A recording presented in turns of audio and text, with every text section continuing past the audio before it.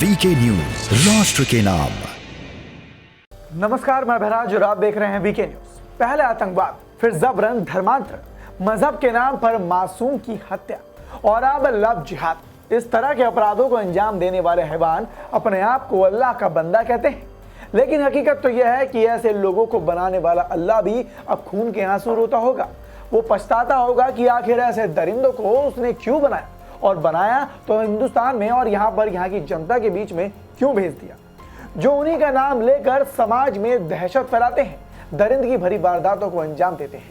लेकिन ऐसे दरिंद और हैवानों को मिटाने के लिए उत्तर प्रदेश में एक मुहिम छेड़ी हुई है, जहां ऐसे कट्टरपंथियों को आम लोगों के बीच से घसीटते हुए जेल की काल कोठरी में डाला जाता है, ताकि समाज को सुधारा जा सके और उसको सभ्य बनाया जा सके। इस बीच एक ऐसे ही जिहादी हैवान की गंदी हरकत उत्तर प्रदेश के बरेली जिले से सामने आई है, जहां उसने अपनी मजहबी मानसिकता और हवस को पूरा करने के लिए हिंदू लड़की से प्यार का झूठा नाटक रचा।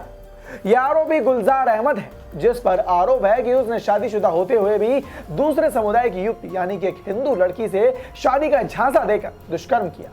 गुलजार पर अपना ही धर्म छिपाने का आरोप है और नाम बदलकर लड़की को प्रेम जाल में फंसाने का भी आरोप लगाया गया है।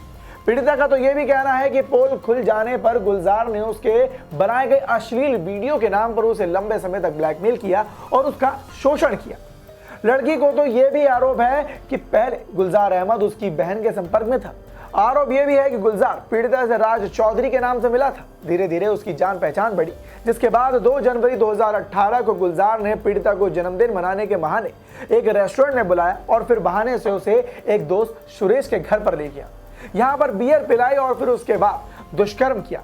जब पीड़िता ने उसका विरोध किया तो उसने कहा कि वो उसे शादी करेगा और उससे प्यार करता है, जिसके बाद झांसे में आकर लड़की भी उसके सारे जुल्मों को सहती रही।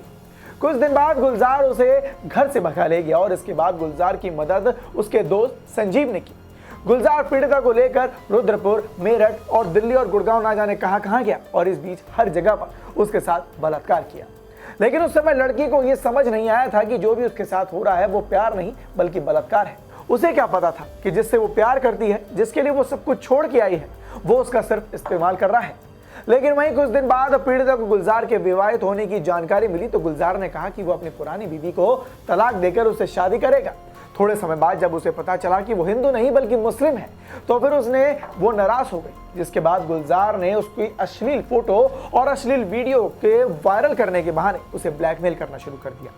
लेकिन जब गुलजार के अत्याचार की हद पार हो गई तो पीड़िता ने पुलिस का सहारा लिया और उनसे न्याय की मांग की, जिसके बाद बरेली पुलिस के इंस्पेक्टर कोतवाली हिमांशु निगम के मुताबिक युवती ने इस मामले में गुरुग्राम के नील क्राइम नंबर पर गुलजार अहमद और संजीव के खिलाफ केस दर्ज कराया था। अब यह मुकदमा बरेली ट्रांसफर होगा और उसी के बाद मामले की कार्रवाई शुरू की जाएगी।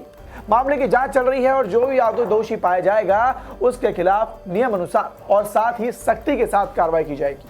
तो देखा आपने किस तरह की हैवानियत भरी मानसिकता है इनकी। इन जिहादियों का ये वही लोग हैं जो अपनी ही बहनों के साथ बलात्कार करते हैं। ये वही भूखे भेड़ी हैं जो अपनी हवस को पूरा करने के लिए किसी भी हद तक गुजर सकते हैं। और उत्तर प्रदेश पुलिस ने इन्हें मुकम्मल अंजाम तक पहुंचाने की अब कसम खा ली है और बहुत जल्द इन्हें इनके अंजाम तक पहुंचाया भी जा सकेगा। और जब तक उत्तर प्रदेश पुलिस सांस नहीं लेगी और योगी सरकार लगातार ऐसे जिहादियों को सजा देती रहेगी, जब तक उन्हें किसी भी अपराध को अंजाम करने से पहले ये लोग 1000 बार क्या करोड़ों बार सोचना पड़ेगा। अब इस खबर पर आप भी अपनी राय हमें कमेंट बॉक्स में कमेंट कर जरूर बताएं और देखते रहें वीके न्यूज। धन्यवाद। ये है ड्रीम मीडिया नेटवर्क